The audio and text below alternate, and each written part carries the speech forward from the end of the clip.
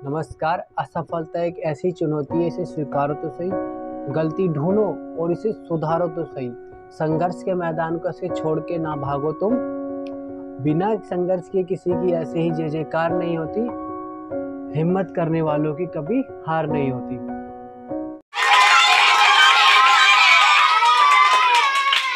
Hello guys, मेरा नाम है अमन देवल और मैं एक पेशे से टीचर हूँ। हमने अभी तक अकाउंटिंग चालीसा पढ़ी थी। अकाउंटिंग चालीसा में हमने 2 पार्ट ही जाने थे और उसके बाद हमारा कुछ लॉन्ग डिस्टेंसिंग टाइम आ गया है। इसकी वजह से हम लोग प्रॉपर ही पढ़ा नहीं पाए और लॉकडाउन आ गया था, तो मैं मोदी जी के सपोर्ट में था, इसीलिए मैंने क्लासेस नहीं ली। अब दोबारा क्लासेस ली जा रही है। आज का जो हमारा टॉपिक है उसको बोलते हैं अकाउंटिंग के रीति रिवाज, मतलब accounting concept and convention. Sir ji, accounting के रीति रिवाज मतलब समझा नहीं। क्या उसके भी हल्दी होती है, मेहंदी होती है? नहीं बेटा, उसके कुछ कॉन्सेप्ट होते हैं। जैसे तुम्हारे शादी के समय कुछ कॉन्सेप्ट आते हैं, वैसे ही रीति रिवाज अकाउंटिंग के भी आते हैं। उसको हम बोलते हैं अकाउंटिंग कॉन्सेप्ट एंड कन्वेंशन। पहला सर जी क्या है कॉन्सेप्ट? सर पहला कॉन्सेप्ट ये है बिजनेस एंटिटी कॉन्सेप्ट। अरे वाह, कृष्णा ने पूछा सर बिजनेस एंटिटी कॉन्सेप्ट क्या होता है। बिजनेस एंटिटी कॉन्सेप्ट मतलब ये कहता है कि बिजनेसमैन और बिजनेस दोनों क्या है, अलग अलग है। क्या है? अलग अलग है। अब ये क्या, बिजनेसमैन बिजनेस खोल लेता है तो वो क्या करता है? सर क्या करता है? अपने बिजनेस में मनमानी करता है, कभी आएगा कभी नहीं आएगा। सपोज दैट मैंने एक को टीचर को बच्चे दिए पढ़ाने के लिए, वो अपने आप को बिजनेस भी चला रही थी, बिजनेसमैन भी बन रही थी। तो मैंने उन्हें बच्चे दिए, वो आए दिन कल्टी हो लेती थी। कभी मुझे शादी में जाना है, कभी मुझे खाना बनाना है। तो बिजनेस और बिजनेस एंटिटी कॉन्सेप्ट यही कहता है कि बिजनेसमैन अलग है और बिजनेस अलग है, तो उसको बिजनेस एंटिटी कॉन्सेप्ट कहते हैं। सर मतलब बिजनेस तथा बिजनेस दोनों ही अलग अलग होते हैं। अकाउंटिंग हमेशा किसकी होगी बेटा? बिजनेस की होगी, बिजनेसमैन की नहीं होगी। बिजनेसमैन ने कोई भी केस कराओ, उसके अगर पेमेंट जाती है तो वो बिजनेसमैन की पर्सनल है वो पेमेंट। अगर बिजनेस में कोई डिफ़ॉल्ट हो जाता है, चार्टर्ड अकाउंटेंट की फ़ीस दे दी, ऑडिट की फ़ीस दे दी, इलेक्ट्रिसिटी बिल दे दिया, वो बिजनेस का खर्चा है। अब ये नहीं मैं बिजनेसमैन हूँ, मेरी बीवी की तबीयत ख़राब है, दवाई चाहिए तो मैंने पैसा लगाया, वो बिजनेस का खर्चा नहीं है, उसे बोलते हैं। वो रिकॉर्ड में नहीं होगी। जो बिजनेस का खर्चा है उसी को रिकॉर्ड में करा जाएगा। ये बिजनेस एंटिटी कॉन्सेप्ट कहता है, पहला अकाउंटिंग का रीति रिवाज है ये। Okay guys. सर इंग्लिश में बता दो, हम इंग्लिश भाषी हैं। अच्छा, हिंदी भाषी नहीं हो। Businessman and business both are separate legal entity concept. Sir एक बार हो। Businessman and business both are separate both are separate entity concept always done for business, it's called to business entity concept। समझ में आया आपको? Very good. अब मेरा दोस्त कृष्णा फिर से पूछने लगा सर दूसरा कॉन्सेप्ट भी होता है क्या? जैसे कि शादी में हल्दी के बाद मेहंदी होती है, अकाउंटिंग में भी कोई दूसरा कॉन्सेप्ट होता है? हाँ, बहुत सारे कॉन्सेप्ट होते हैं। कम से कम 9-10 प्रकार के कॉन्सेप्ट हैं। तो उसी को दूसरा कॉन्सेप्ट आता है गोइंग कंसर्न कॉन्सेप्ट, मतलब गोइंग कंसर्न कॉन्सेप्ट। अब मैंने ठेले की दुकान खोली है, अंडे की दुकान खोली है, सपोज दैट खोली नहीं है, मैं खुद चार्टर्ड अकाउंटेंट की पढ़ाई कर रहा हूँ और बिजनेस है अपना, तो हम टैक्सेशन करते हैं। जैसे कि मैंने अपना बिजनेस खोला, तो मैं बिजनेस को जल्दी समाप्त करने के लिए खोल रहा हूँ या फिर लॉन्ग टर्म चलाने के लिए खोल रहा हूँ? बिजनेस मैं हर समय लॉन्ग टर्म चलाने के लिए खोलूँगा, उसी को बोलते हैं गोइंग कंसर्न कॉन्सेप्ट। क्या बोलते हैं? Going concern concept. Krishna ji को समझ में नहीं आया। मतलब कोई भी व्यवसाय या कोई भी बिजनेस ये मान के किया जाता है कि व्यवसाय लंबे समय तक चलता रहे, इसे निकट भविष्य में बंद करने की आवश्यकता ना पड़े, उसे हम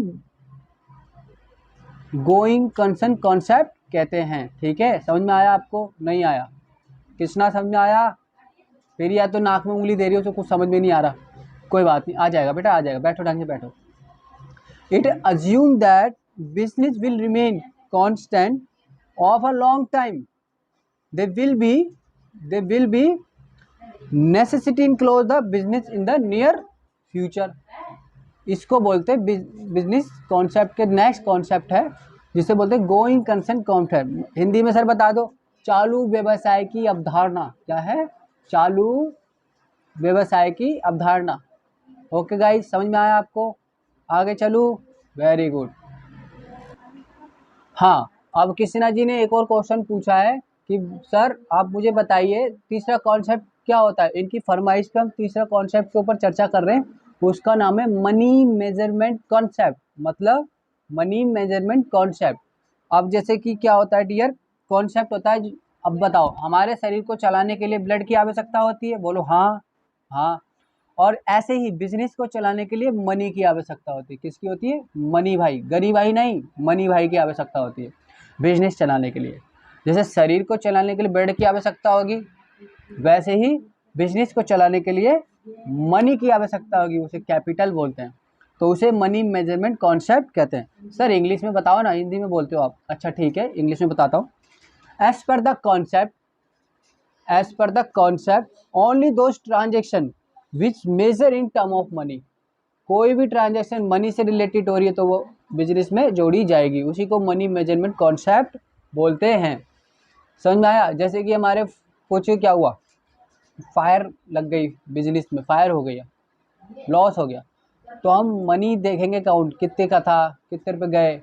अब ऐसा तो नहीं है कि लोगों की इच्छा खत्म हो गई, इच्छा थोड़ी नोट करेंगे, विलिंगनेस थोड़ी नोट करेंगे।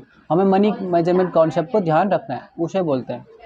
ठीक है, उसे मनी मेजरमेंट कॉन्सेप्ट बोलते हैं। अब फोर्थ कॉन्सेप्ट है जिसका नाम है पीरियोडिटी कॉन्सेप्ट। पीरियोडिसिटी कॉन्सेप्ट मतलब बार बार दिन ये आए, बार बार दिन ये आए, मतलब कि पीरियोडिसिटी कॉन्सेप्ट ये कहता है this is called the concept of defined definite accounting period. क्या होता है?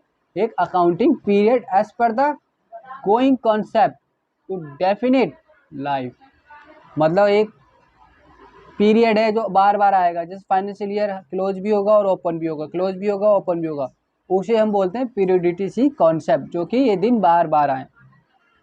अब हमारे 31 मार्च आते हैं तो हम सीए लोगों की दिवाली आ जाती है, और दिवाला भी निकल जाता है कुछ लोगों का। हम लोगों की दिवाली कैसे आती है? क्योंकि हमें बहुत काम मिलता है, हम बहुत मज़े से काम करते हैं, रात भर जगते हैं, ऑडिट करते हैं, अकाउंट बनाते हैं, है ना, और पीएनएल बनाते हैं, बैलेंस शीट बनाते हैं। तो हम लोगों की दिवाली होती है उस समय, दिवाली मतलब बहुत सारा काम होता है। ये हमारा फोर्थ कॉन्सेप्ट है। आगे आगे चलते हैं, उसका नाम है एक्रूअल कॉन्सेप्ट। क्या है बेटा? Accrual concept. पैसे से पैसे खींचता है। क्या बोला? पैसा ही पैसा खींचता है, मतलब एक्रूअल लेना है, मतलब कि हमारी ट्रांजेक्शन जो हो रही है कैश एंड कैश इक्विवेलेंट में होनी चाहिए। नहीं समझे? कैश एंड कैश इक्विवेलेंट में होनी चाहिए, मतलब when they occur land and cash और cash equivalent is received, it's called to accrual concept. क्या बोलते हैं बेटा? Accrual concept. अब आता है हमारा सिक्स्थ कॉन्सेप्ट जिसका नाम है मैचिंग कॉन्सेप्ट। क्या है बेटा? मैचिंग। अब क्या होता है मैचिंग कॉन्सेप्ट? जैसे अब आप घर की वाइफ या मेडी या फिर दोस्त के साथ जाओ, तो वो क्या करेंगे? मॉल में मैच करेंगे कि ये इसके साथ मैच है, ये इसके साथ मैच है। ऐसे ही हम अकाउंटिंग स्टेटमेंट में हम लोग मैचिंग कॉन्सेप्ट को भी फॉलो करते हैं, जिसका नाम है trading PNL and balance sheet, कि हमारी एंट्री सही जगह पर सेट हो रही है, नहीं हो रही है, कि हम लोग प्रॉफिट में जा रहे हैं जी, जा रहे हैं लॉस में जा रहे हैं, तो उसे बोलते हैं मैचिंग कॉन्सेप्ट। क्या बोलते हैं? याद करो, मैंने पहली क्लास में आपको बताया था वीडियो में, उसमें हमने बोला था कि अकाउंट बिजनेसमैन अकाउंटिंग करता है जानने के लिए प्रॉफिट हो रहा है या लॉस हो रहा है, तब जाके पता चलता है कि बिजनेस में अकाउंटिंग की आवश्यकता है या नहीं है। तो इसी के कारणवश हम मैचिंग कॉन्सेप्ट को फॉलो अप कर रहे हैं, और इसी की वजह से हम अकाउंटिंग करते हैं। मैच करने के लिए हर अकाउंटेंट की स्टेटमेंट सेम होगी मगर तरीका अलग होगा, इसलिए हम मैचिंग करते हैं कि वो accounting standard rules and regulation के साथ काम कर रहा है या फिर नहीं कर रहा है। मैचिंग कॉन्सेप्ट उसी को हम बोलते हैं। सर इंग्लिश में बोल के दिखाओ बेटा। नाप तोल मैचिंग कॉन्सेप्ट मतलब it the concept all expenses match with the revenue of the period should only be taken into consideration. ठीक है, इसको बोलते हैं मैचिंग कॉन्सेप्ट। हमारा नेक्स्ट कॉन्सेप्ट आता है जिसका नाम है कॉस्ट कॉन्सेप्ट। क्या आता है? Cost concept. कॉस्ट मतलब बेटा लागत। कॉस्ट कॉन्सेप्ट फिक्स एसेट और करंट एसेट को जोड़ दो, कॉस्ट एसेट प्राप्त हो जाएगी, आपको पता ही है ना। तो जैसे कि इस कॉन्सेप्ट को हमने बोला है फिक्स एंड करंट एसेट को जोड़ दो कॉन्सेप्ट बन जाता है, जिसका नाम है this concept the value of an asset is to be determined on the basis historically cost, it's called to cost concept. Dear understood, समझ में आ रहा है आपको? हाँ। अब नेक्स्ट कॉन्सेप्ट है जिसका नाम है रियलाइजेशन कॉन्सेप्ट। क्या है? Realisation concept. अब लोग बाग गुस्से में कुछ भी बोल जाते हैं, बोल जाते नहीं बोल जाते।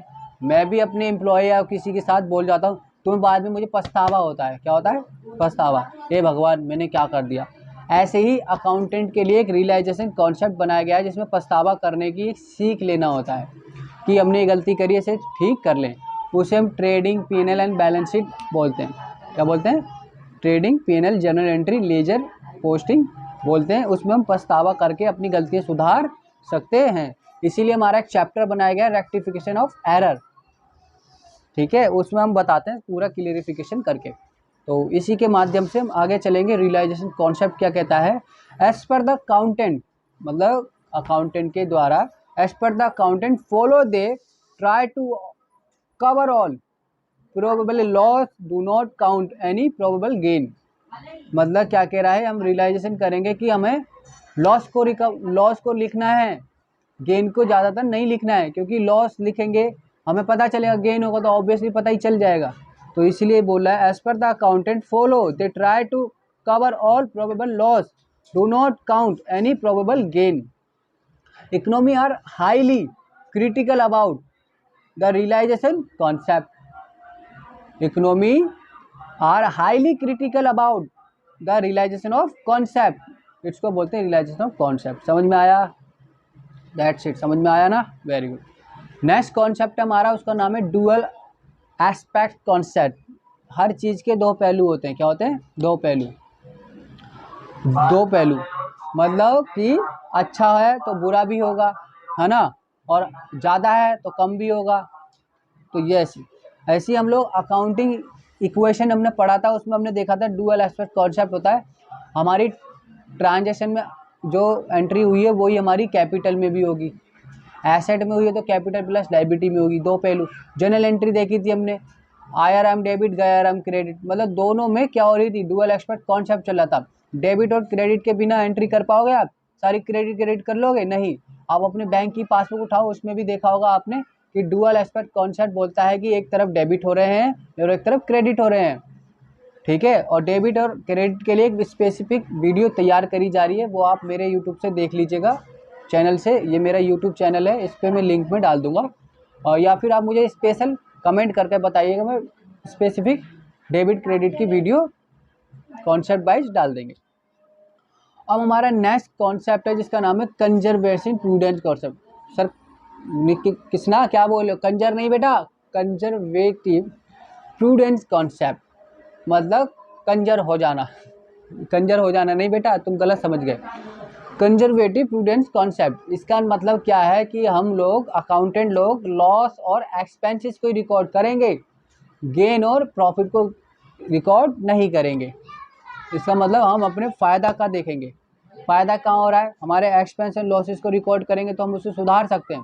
गेन में फ़ायदा होगा आपको जल्दी, गेन तो आएगा चला जाएगा, मगर एक्सपेंसेस तो साथ में रहेंगे नहीं रहेंगे। अब मैं बिजनेस चला रहा हूँ, मैं यहाँ पे पढ़ा रहा हूँ, ये सारा सेटअप लगा रखा है, तो मेरा एक्सपेंस होगा, मैं रिकॉर्ड करूँ ही नहीं करूँ? करना चाहिए मुझे, कि इन फ्यूचर पता चलेगा कि कितना मेरा पैसा बच रहा है, गेन हो रहा है या फिर नहीं हो रहा है। इसी की वजह से कंजर्वेटिव प्रूडेंट कॉन्सेप्ट कहता है कि आप लोग अपने एक्सपेंसेस से लॉसेस को रिकॉर्ड करो, मगर इनकम एंड गेन को रिकॉर्ड ज़्यादा ना रखो। बस ये। सर इंग्लिश में बताओ। अच्छा इंग्लिश में सुनो। Conservation state that the accountant should not anticipate income and gain, should be provide for possible loss and expenses। बस जो मैंने बोला वो इंग्लिश में लिखा है, खत्म। समझा करो बात को। अब एक चीज़ और है, हमारा नेक्स्ट कॉन्सेप्ट है जिसका नाम है कंसिस्टेंसी कॉन्सेप्ट। क्या है? Consistency concept. समय रहना, समय से सोना, सेम टू सेम। मतलब कंसिस्टेंसी मतलब क्या होता है? डिसिप्लिन, कंसिस्टेंसी रखना है। सर समझ में आ गया, आगे बढ़िए।